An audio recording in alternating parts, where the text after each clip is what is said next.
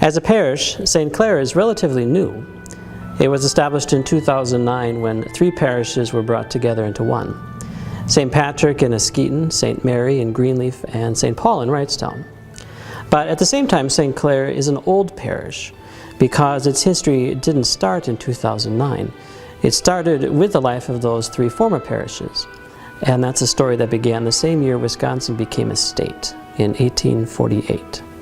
Father Vandenbroek founded St. John Parish in Little Chute, while Father Goddard founded St. Francis Parish in Hollandtown.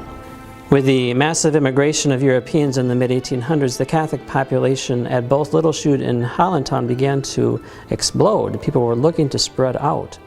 And so in 1858, a parcel of land northeast of Little Chute was donated for a new church and cemetery.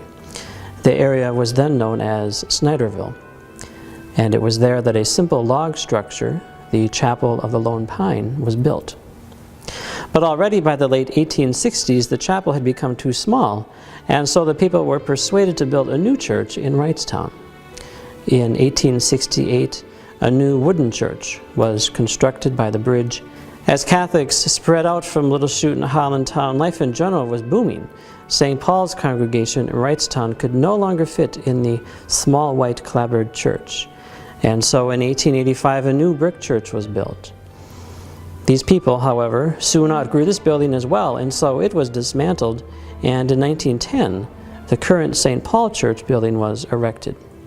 Life was also booming in the East Holland area, and so in 1908, under the direction of Father George Dillon, the current St. Patrick Church building at Askeaton was erected. In 1884, St. John's Morrison began 2 mission churches, one at Stark and another at Greenleaf, or East Wrightstown, as it was known at the time. But the effect of these 2 mission churches on the vitality of St. John's had a negative impact.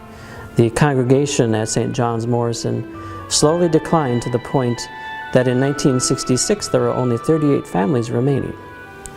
This same year, 1966, St. John's Morrison was suppressed and the building torn down. And it's at this point that St. Mary's Greenleaf became its own independent parish. The Catholic faith continued to be spread within families at all 3 parishes. However, the numbers of priests in the Green Bay Diocese declined to the point that discussions of a merger began. In January 2008, the parishes of St. Paul, St. Mary, and St. Patrick were linked, with Father Dennis Bergsbakken as their shared pastor. And in July 2009, the 3 parishes were suppressed and the new St. Clare Parish was incorporated from that merger. As with any new relationship, there are growing pains, even among a people of faith.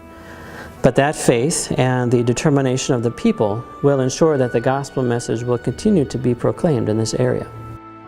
St. Clare continues in the footsteps of its ancestors with an ear to the Lord God, who gives us our mission to love God, love our neighbors as ourselves, and to go make disciples of all peoples.